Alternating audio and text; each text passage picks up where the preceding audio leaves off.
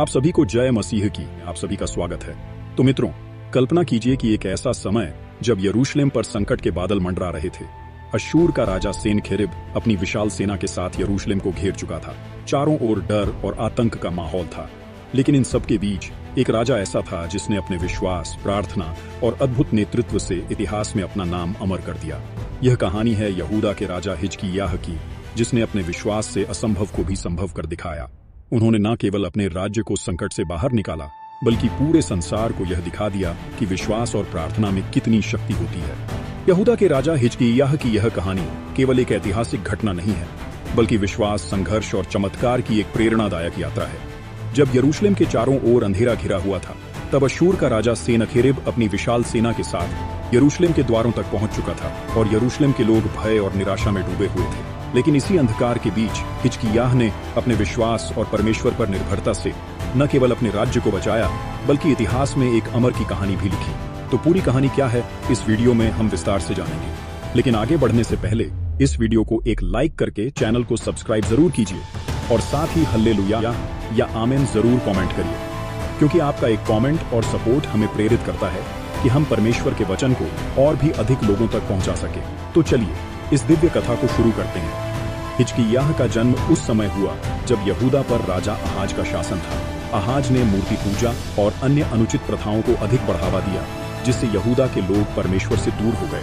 हिजकिय्याह ने बचपन से ही अपने पिता की इन प्रथाओं को नापसंद किया और यह ठाना कि वह इसे बदलेंगे। जब हिजकिय्याह राजा बने तो उन्होंने सबसे पहले यहोवा की आराधना को पुनर्स्थापित किया। उन्होंने मंदिर को शुद्ध किया, मूर्तियों को नष्ट किया और पूरे राज्य में यह संदेश दिया कि केवल यहोवा की ही उपासना की जाएगी।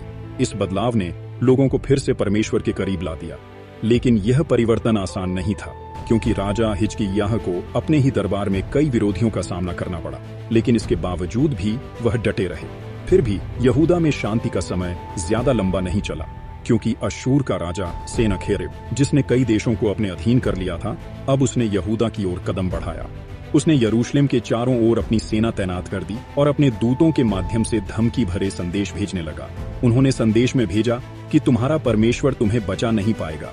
जो भी राष्ट्र मेरे सामने खड़ा हुआ वह नष्ट हो गया।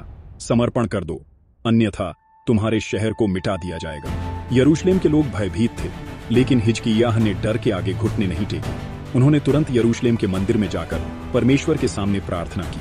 हिजकिय्याह ने यहोवा के सामने घुटने टेकते हुए कहा, हे यहोवा, जो सारे संसार के परमेश्वर हैं, तुझे सब जानते हैं।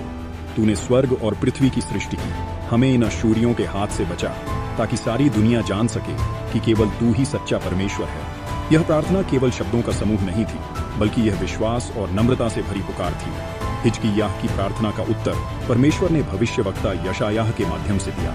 यशायाह ने संदेश दिया, राजा हिजकिय्याह, डरो मत, सेनखेरिब यरूशलेम में प्रवेश नहीं करेगा। मैं स्वयं लड़ाई लड़ूंगा और अपने लोगों को बचाऊंगा।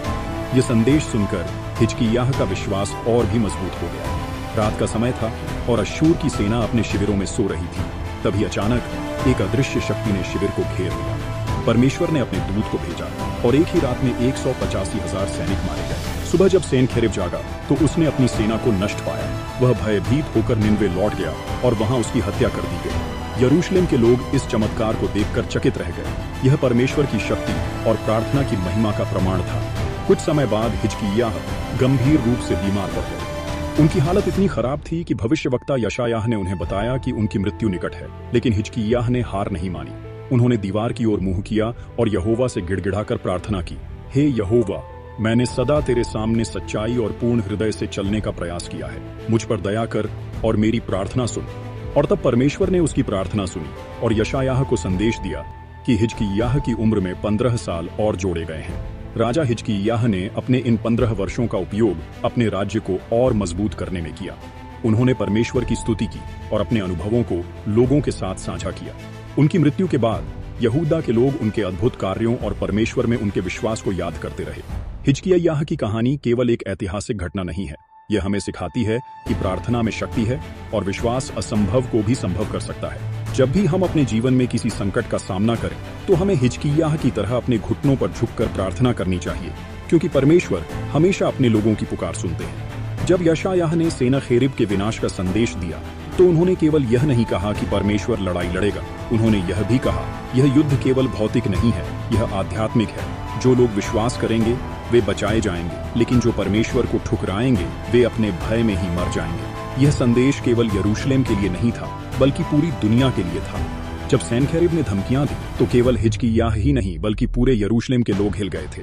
लोगों में दो तरह की प्रतिक्रियाएं थीं। कुछ लोग पूरी तरह से हिजकिय्याह और यहोवा पर भरोसा कर रहे थे, जबकि कुछ लोग संदेह से भरे हुए थे। लेकिन हिजकिय्याह ने अपने पूरे राज्य में घूम घूम कर लोगों को प्रोत्साहित किया। उन्होंने कहा, डरो मत, क्योंकि यह युद्ध हमारा नहीं है, बल्कि यह यहोवा का युद्ध है। हमें केवल प्रार्थना करनी है और विश्वास बनाए रखना है। अब हम अश्शूर के शिविर की ओर लौटते हैं। सेनखेरिब के सैनिक अपने विजय अभियान से इतने आश्वस्त थे कि उन्होंने यरूशलेम को एक आसान शिकार समझ लिया था।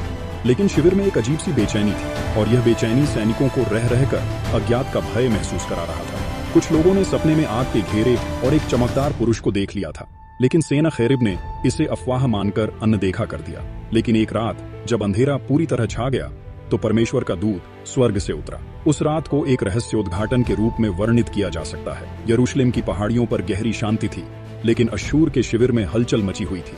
परमेश्वर का दूत जैसे ही प्रकट हुआ, चारों ओर आग की लपटें फैल गईं। सुबह होते ही यरूशलेम की प्रजा ने देखा कि उनके शत्रु की विशाल सेना खत्म हो चुकी थी। यह चमत्कार यरूशलेम के लिए एक संकेत था कि परमेश्वर उनके साथ है।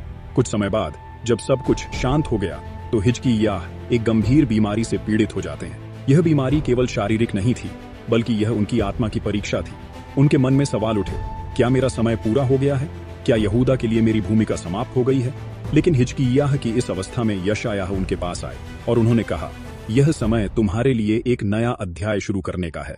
प्रार्थना करो और परमेश्वर से अपनी आत्मा की सच्चाई प्रकट करने के लिए कहो। जब हिजकिय्याह को परमेश्वर ने 15 साल का वरदान दिया तो उन्होंने इस समय का उपयोग गहन आत्मचिंतन और सेवा में किया।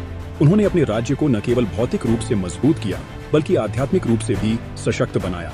इन 15 वर्षों में हिजकिय्याह ने पूरे यहूदा में परमेश्वर की महिमा का संदेश फैलाया। उन्होंने नए मंदिर बनवाए, लोगों को प्रार्थना का महत्व समझाया और उन्हें यह सिखाया कि संकट के समय केवल प्रार्थना और विश्वास ही उनका सहारा हो सकते हैं। हिजकिय्याह के अंतिम समय में उन्होंने एक प्रार्थना की जो आज भी प्रेरणा का स्रोत है। हे परमेश्वर, मेरी आत्मा को अपनी शांति में ले जा। मैंने तेरी इच्छा के अनुसार जीने का प्रयास किया। मेरी प्रजा को सशक्त बना और उन्हें अपने मार्ग पर चलने का बल दे। उनकी मृत्यु के बाद यहूदा के लोग उनके अद्भुत कार्यों और उनके परमेश्वर के प्रति विश्वास को कभी नहीं भूले। हिजकिय्याह की यह रहस्यमयी और चमत्कारी यात्रा हमें सिखाती है कि परमेश्वर पर अटूट विश्वास और प्रार्थना के द्वारा कोई भी संकट टाला जा सकता है। यह कहानी केवल अतीत की घटना नहीं है, बल्कि हर युग में प्रासंगिक है। जब जीवन में अंधकार छा जाए, जब हर ओर से शत्रु घेर लें, तब हमें हिजकिय्याह की तरह अपने घुटनों पर झुककर परमेश्वर की शक्ति को पुकारना चाहिए। आप भी इस कहानी से प्रेरित होकर अपने जीवन में परमेश्वर पर भरोसा और प्रार्थना का महत्व समझ सकते हैं। तो क्या आप तैयार हैं अपने जीवन में इस विश्वास को अपनाने के लिए? अगर हाँ, तो नीचे कमेंट में आमीन जरूर लिखें। अगर आपको यह कहानी पसंद आई हो तो इस वीडियो को लाइक करें, चैनल को सब्सक्राइब करें और नीचे कमेंट में हल्लेलुया या आमीन लिखकर हमें बताएं कि आपने इस कहानी से क्या सीखा। परमेश्वर की शक्ति और प्रार्थना के चमत्कारों को समझने के लिए इस कहानी को दूसरों के साथ शेयर जरूर करें। इस चैनल को सपोर्ट करें ताकि हम और भी प्रेरणादायक बाइबल की कहानियां आप तक पहुंचा सकें। धन्यवाद।